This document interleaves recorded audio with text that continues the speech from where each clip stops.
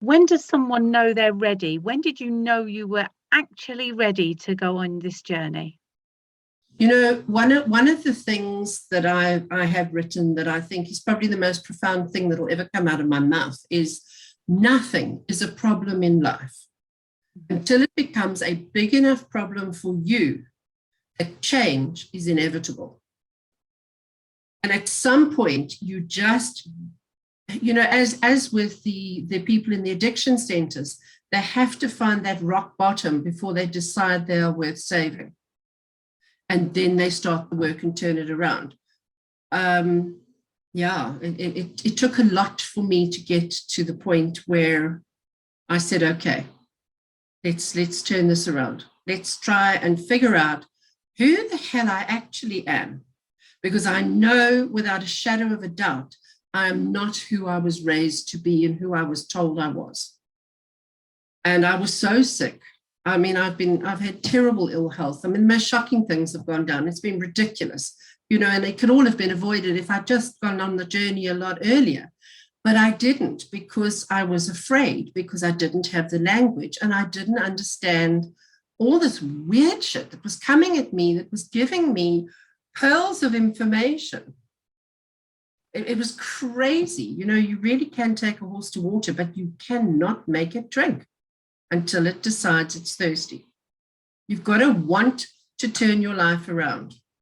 Would you say that our bodies really, they send us a message, and that how important it is that we listen to our bodies? Jeanette, that's what I spend my time doing now, is I write blogs trying to encourage people to listen to themselves, trying to explain that we're energetic beings, that we are souls living a human experience through the medium of love and all its inglorious distortions. That is the language of the human experience. People get very hung up on, oh, you're in your ego. Of course you're in your ego. The ego drives the human experience. Compassion drives the soul experience.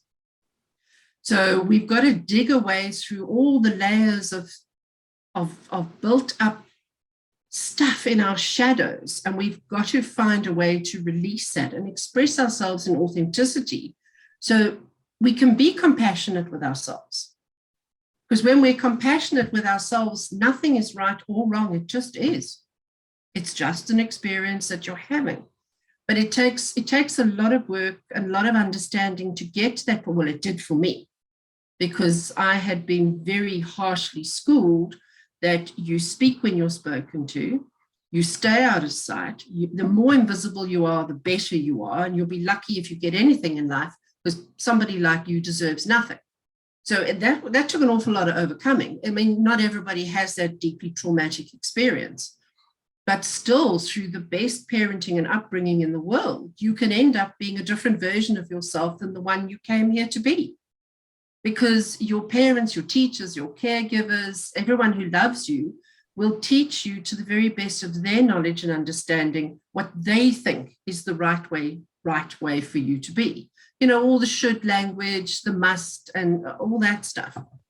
And we onboard it, because when we're little, we crave to please. Because when we please our parents or our caregivers, they love us. So we do what they want, we capitulate, and slowly, bit by bit, we give ourselves away until we find ourselves living lives mindlessly, that we don't know why we do things, we just do because it's the way it's always been done. And then one day we wake up and we go, but hang on, this life doesn't fit me. I'm not happy in my relationships. I hate my job. I feel dissatisfied. Nothing feels right. What's it all about? And then we start asking the questions. Often we don't even know we're allowed to ask the questions. That's one thing I found really interesting, sort of on my life journey, is that underneath our individual selves are crying to be out there. To give our expression and not our depression, and to give all those things that we're here for in such a we can all be vibrant in our own way, can't we? And we are. Yeah.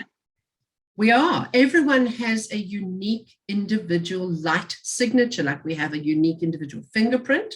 On the human level, on a soul level, we have an individual light signature.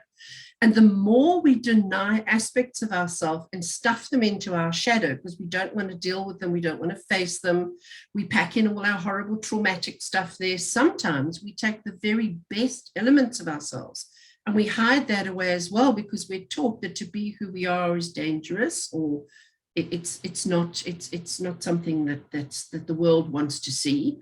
And the more we hide that stuff away, the more we have in our shadow, the more we decrease the light signature and we become unrecognizable to ourselves. And the only way to get back to the full, glorious light beings that we are is to lift the shadow and look under the rocks and pull out those pieces and learn to love them. Forgive ourselves. Gosh, there's a lot of work to be done. And we've made a hash of it, but it can be done. You know, that's the other beautiful thing, is it doesn't matter how far off course you've gone in life, you can always course correct.